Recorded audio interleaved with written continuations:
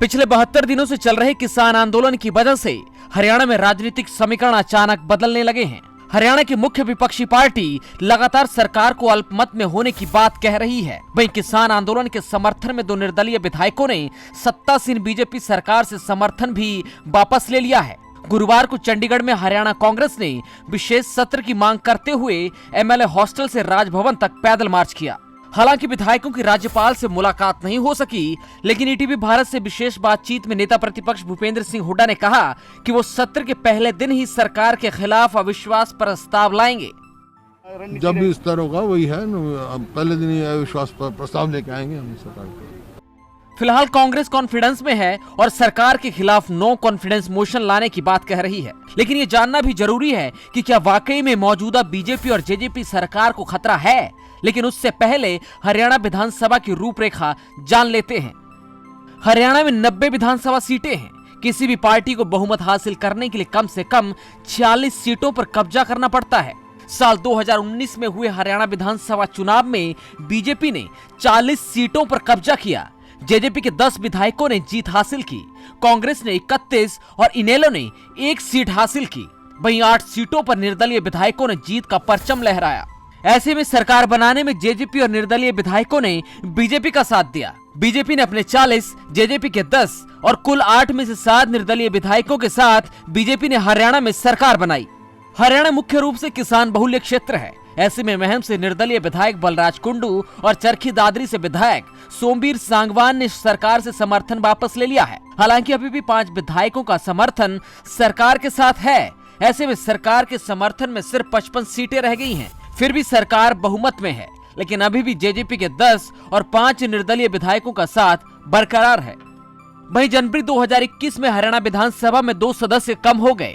एलानाबाद से इनेलो के इकलौते विधायक अभय सिंह चौटाला ने किसान आंदोलन के समर्थन में 27 जनवरी को इस्तीफा दे दिया। वहीं कालका से विधायक प्रदीप चौधरी को एक आपराधिक मामले में 3 साल की सजा होने के बाद उनकी सदस्यता रद्द कर दी गई।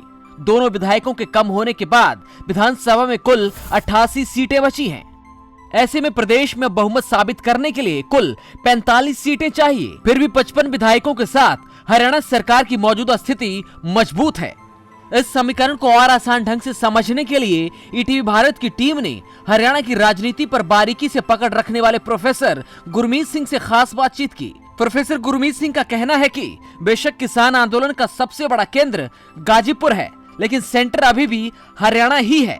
इसी वजह से इस आंदोलन का हरियाणा की राजनीति पर काफी असर पड़ा है और कोई भी राजनेता खुद को किसान विरोधी नहीं दिखाना चाहता। इसीलिए सरकार की मुश्किलें जरूर बढ़ी हैं। आप जानते हैं कि हमारे यहाँ क्योंकि क्लियर मेजोरिटी की सरकार इस बार नहीं है भारतीय जनता पार्टी, तो वो आश्रित है जजपा पे और इंडिपेंडेंट पे। ये ठीक है कि 2 एमएलएस के हटने से अभय चौटाला ने इस्तीफा दे दिया और प्रदीप चौधरी को डिस्क्वालीफाई कर दिया। आपने देखा ही बहुत जल्दी से स्पीकर ने एक्शन लिया। तो हालांकि उनका अधिकार था क्योंकि फैसला कन्विक्शन का आ गया था। हो सकता है उनको अब स्टे मिले अगर कभी, तो फिर वो हो सकता है उनकी बहाली भी हो। लेकिन आज की तारीख में जो है वो 2 एमएलएस का, मैं तो 88 का नंबर आता है, तो उसमें लेकिन सरकार बनाने के लिए तो वही 45 आपको चाहिए। तो उसमें ये है कि अगर कांग्रेस जिस प्रकार से कोशिश कर रही है, ख़ास तौर पे जजपा पे कहीं ना कहीं ये बात जरूर चल रही है। आपने देखा होगा राकेश टिकैत के समर्थन में दिग्विजय जी का, जो दुष्यंत के भाई हैं, उनका बयान भी आया था कि वो देशभक्त हैं और ऐसे, और एक प्रकार का दबाव है। तो उसमें ज़रूर एक दिलचस्पी लोगों की ज़रूर है कि मान लीजिए अगर सेशन में कोई नौबत आती है इस तरह की, तो जजपा क्या रुख लेती है। फिलहाल कांग्रेस बजट सत्र का इंतजार कर रही है। किसान आंदोलन में सरकार के खोते समर्थन को कांग्रेस किसी भी तरह से भुनाना चाहती है। ऐसे में अब देखना होगा कि प्रदेश की सत्तासीन बीजेपी का अगला कदम क्या होगा। ईटीवी भारत हरियाणा के लिए चंडीगढ़ से अनिल कुमार।